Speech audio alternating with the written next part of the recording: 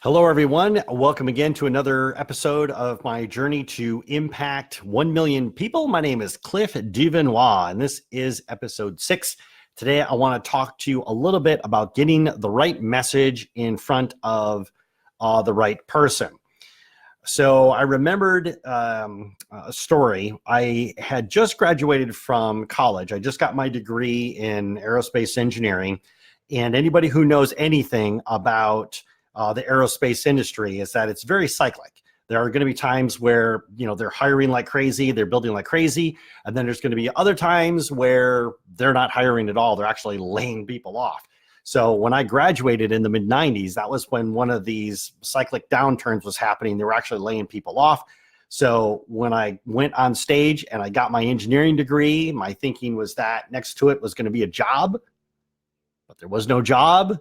So all I got was my degree, and I was out of money. I was out of time. So what I did is I moved back to Michigan, back in with my parents, which was like square peg in a round hole.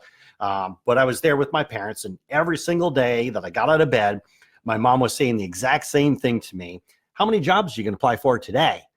So it was like, there was like no time off, and every single day I was out there and I was actually having to print off my resume. There was no such thing as monster.com or indeed.com. You had to actually print out your resume, stuff it in an envelope, and then mail it to someone, hopefully the right person, because all you had really to go by back then was like books or want ads or job ads, things of that nature, right? So every single day I would just print out like 50 copies of my resume, stuff them in an envelope, send them out the door.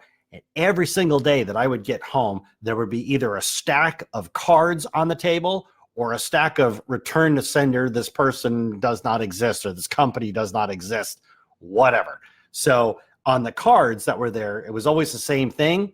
Thank you for submitting your resume.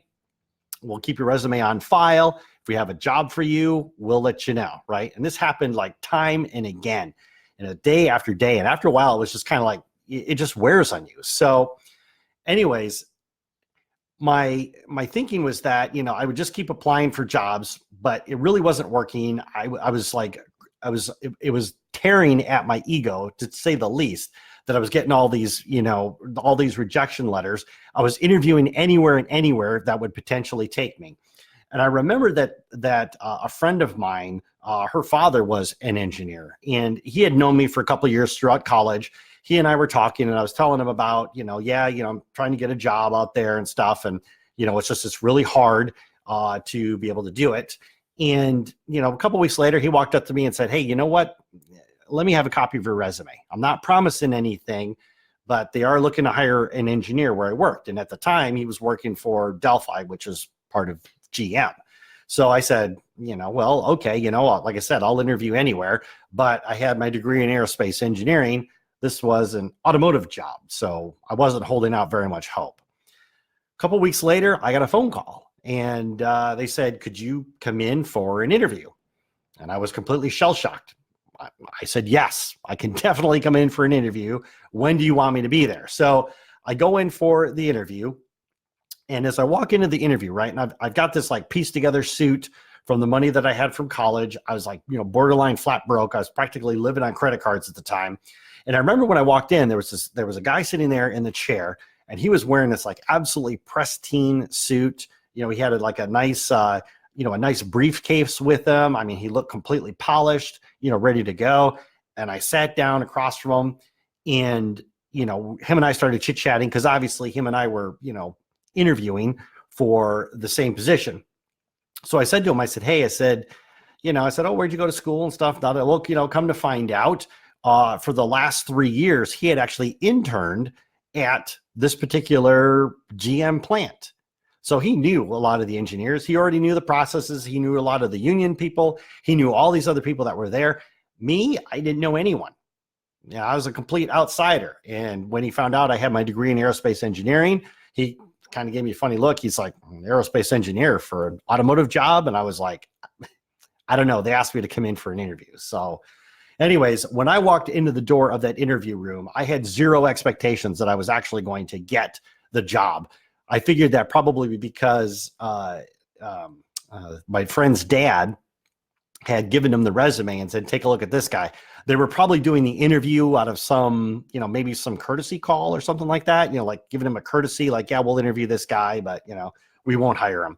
So, I walk into the room, and as I'm sitting down in the chair, I realize that in the center of the room and center of the table is this power steering pump. And the power steering pump is literally cut in half, so you can see all the internal mechanisms that are there. And I'm looking at this thing and I'm like, oh my God, I had never seen a power steering pump before in my life. If they start asking me questions about this thing, I can't answer. I have no clue how this thing works, right? So I'm just thinking to myself, you know what? Just give it your best shot, Cliff. Just do you. So the engineer that was there, he had a sheet, he had all the questions pre-printed out, and he just started firing away, right? So I get home that night. I'm like mentally exhausted. It was the toughest interview of my life. And I show up at, the house, and mom and dad are like, so how did the interview go? And I'm like, I bombed, I literally bombed, right? Because, here it is, so I go back into my room, and I'm dreading having to get up the next day and send out another 50 or 100 resumes, because all this stuff's costing me money that I really don't have. So I go out, or 3 days later, I remember I was standing in the kitchen and the phone rang, and I picked it up, and I'm like, hello? And there's the voice at the other end of the phone. He's like, oh, yeah, can I speak to Clifford, please? I said, yeah, this is Cliff. This is Paul from GM, and we would like to offer you the position of engineer. Would you be able to start as of this coming Monday? Is there a paycheck? Oh, yeah, there's a paycheck. Yes, we definitely pay our engineers. Great, I'll be there on Monday with bells on. Still couldn't believe it. Still could not believe that I actually got the job. I beat this other guy out. And it wasn't, I think I worked there for like maybe 6 months before I finally got the guts to ask the engineer who had interviewed me, the same one I was working with at that point. I was like, what in the world made you hire me versus this other guy who had all this experience? I don't get it.